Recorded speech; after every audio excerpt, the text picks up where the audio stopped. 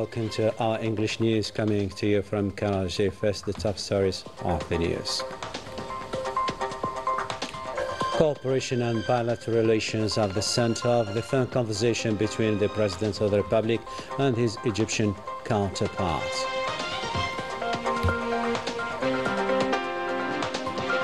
The National Diplomacy Day, coinciding with Algeria's adhesion to the UN, is celebrated to highlight the staunch stance of the country regarding fair causes and international peace and security.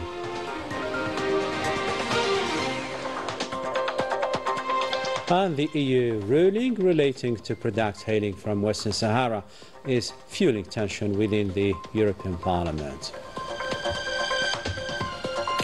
Welcome to our news and thanks for joining us. First in our news, the President of the Republic, Majid Tebboune, received a phone call from his Egyptian counterpart, Abdel Fattah Sisi, during which they exchanged point of view regarding the latest developments in the region and their fallout on the two brotherly peoples. They tackled bilateral relations deeply rooted and marked by a common struggle and reviewed ways and means of further upgrading them at all levels.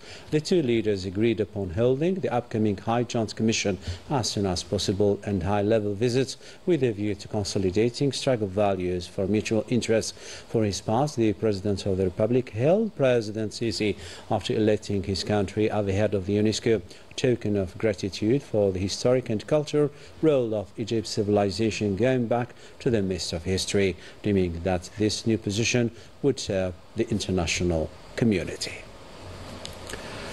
To another story now. The Prime Minister Sifi Gharib chaired on Wednesday a cabinet meeting devoted to examining the budgetary draft bill adjustment for the year 2023 before submitting to the Council of Ministers. The government listened to a presentation relating to the implementation of renewable energies projects, highlighting the states will to make of these energies a cornerstone of the national energy sovereignty and sustainable development, as Algeria is heading towards energy transition and diversity on the basis of solar energy and local industrial capacities. Finally, and as part of fighting for water shortages, the project of transferring the Ain al-Kersha water in Wagi province towards the dam of Kudit al-Dawr in the province of Betna was the topic of a presentation during this cabinet meeting.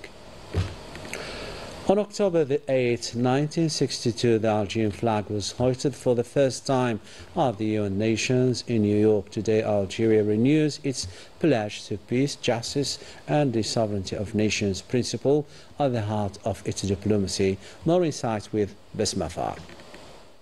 October 8, 1962, a founding date in the history of independent Algeria. On that day, the national flag was raised for the first time at the United Nations headquarters in New York, carrying the voice of people newly freed from the colonial rule. Built on the values of the November Revolution, freedom, justice and solidarity among people, Algeria has shaped a foreign policy rooted in the struggle against colonialism and oppression. Today, Algeria remains committed within the United Nations to peace, solidarity and the defense of just causes. Its diplomacy stands out for the consistency of its positions, the respect for international law, the protection of the oppressed people, and the promotion of African solutions to continental challenges. Faithful to its historic stance, Algeria continues to place the Palestinian cause at the heart of its diplomacy, reaffirming through its permanent representative to the UN, Ammar Ben Jama, its support for the right of people to self-determination, including Sahrawi cause. The 63rd anniversary of Algeria's admission to the UN is a moment of remembrance, pride, reflection to the nation's enduring commitment to the dialogue among nations and to the values the world still greatly needs today.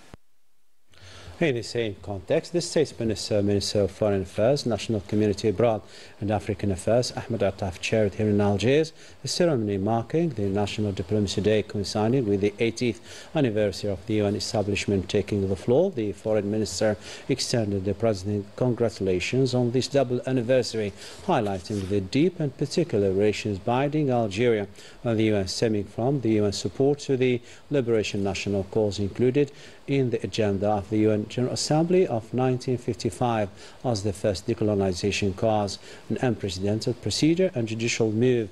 The event celebrating Algeria's adhesion to the UN was attended by figures representing several national institutions, head of diplomatic missions and representative of several international organizations accredited to Algeria, in addition to senior officials of the Foreign Ministry. The North African Petroleum Exhibition and Conference NAPEC 2025 has once again confirmed its status as a leading platform for regional and international energy players. This year's edition brought together major companies. Details with both Mariam Damis and Melissa Kabash. Held in Oran, NAPEC 2025 reaffirms its role as a major meeting point for the energy sector in North Africa and beyond.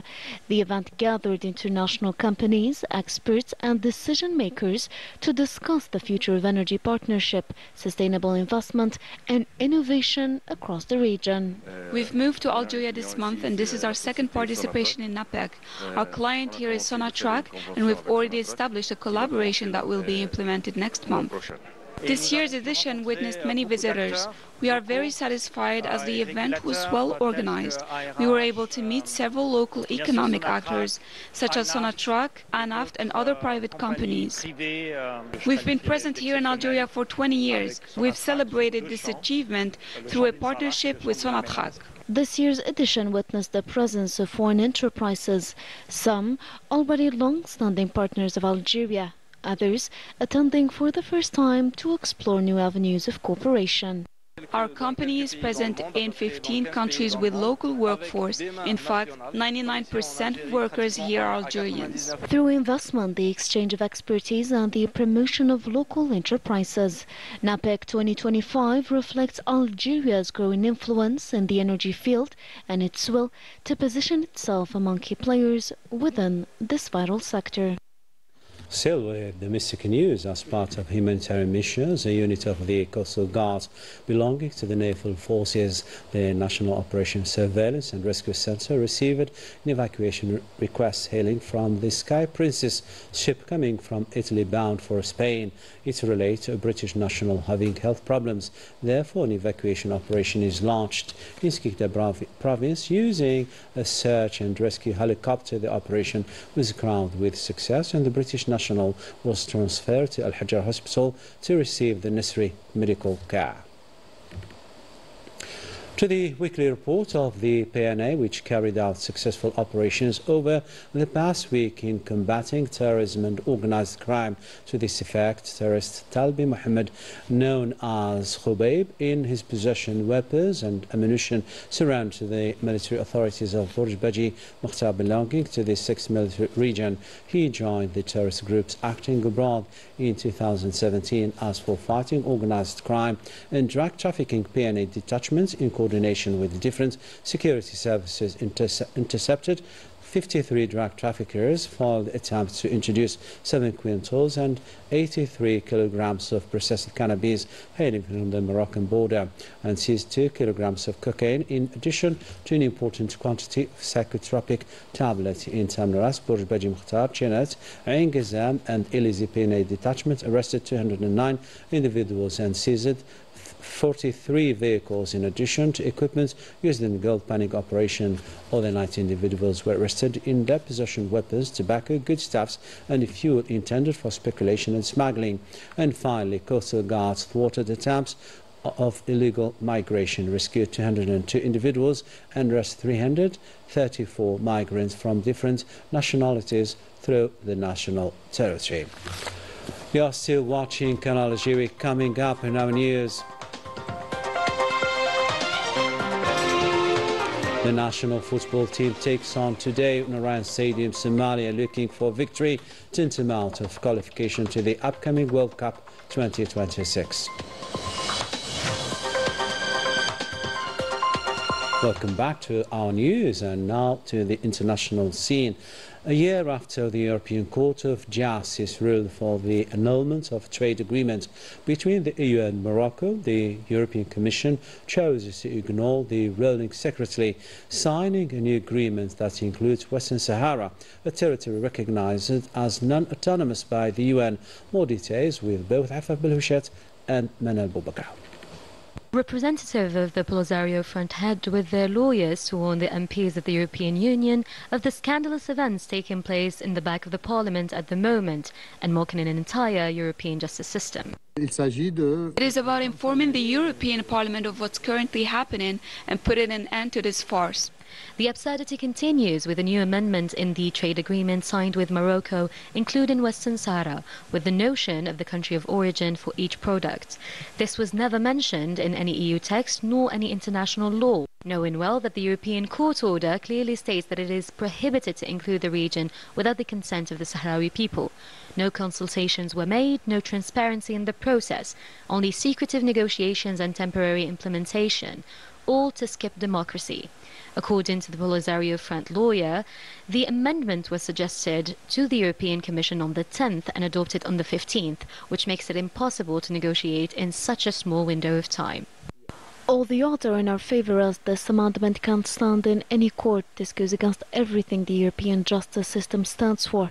It is a clear violation of the right of the Sahrawi people who were put aside during this agreement next to the European Parliament itself. In the Parliament, tension is rising as several elected officials ask for access to the agreement and stand against the provisional implementation, expressing their anger through political actions to stand against the non-legitimate procedure. According to many, it is clear that the European Commission made its illegal decision without consulting the Parliament or the Polisario, following the Moroccan dictatorship blindly and violating the resolutions of the UN charters and the international law. Some political groups agreed on joining forces to reach a united consensus, stopping this agreement from coming to the light. In Strasbourg, a political crisis is in the making, with the European Commission ignoring all the parties and showing a clear lack of democracy and respect for a major international cause. From the EU Parliament to the Middle East, and precisely in Gaza, where life hangs by a thread, entire families wander between ruins, carrying what little life remains of their world, seeking refuge in the country. Survival has become a prayer whispered under a sky of fire. Salama Al-Awadi and Melissa Kabesh reports. In the heart of Gaza, every street tells a story of loss, endurance, and love that refuses to fade. Thousands are now wandering around with no place to go, as homes turned into ruins. Tents torn by the wind became the only shelter available. The wait is so difficult. Life here is unbearable. We're enduring the worst living conditions. We were promised a ceasefire. We are still waiting till today. Each day the death toll increases. Nights here are long and cold. Days burn with hunger and fear. Fear from being bombed while asleep, fear from waking up at the sound of airstrikes taking the lives of their beloved ones. Yet, despite these inhuman conditions, remains a flame inside every Palestinian, one that carries hope and a will to live. While building our tent, my wife kept repeating that she's very hopeful that soon peace will return. If only we could return to Gaza. I'm tired. I can no longer live under these circumstances.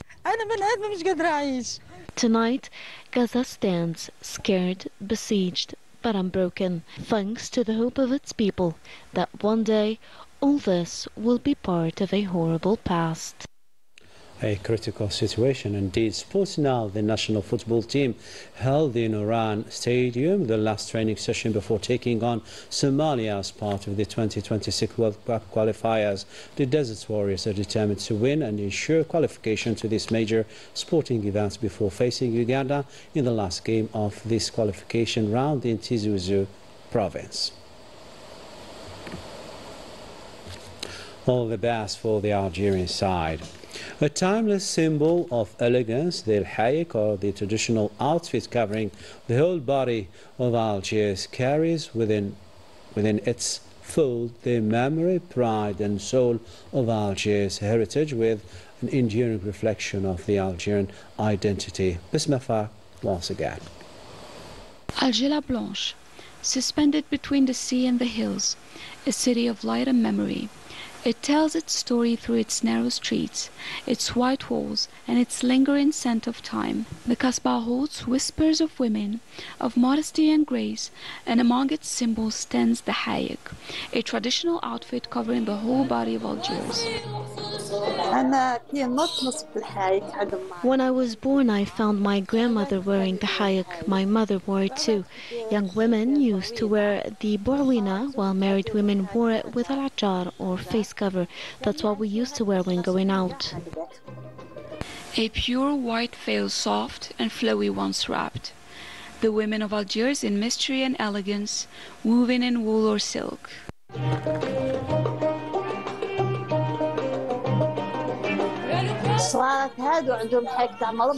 The younger ones had the hayek mramma, and the older women wore it both, the simple hayek mramma for everyday life and another finer one for special occasions, unlike the younger girls who usually had only one style.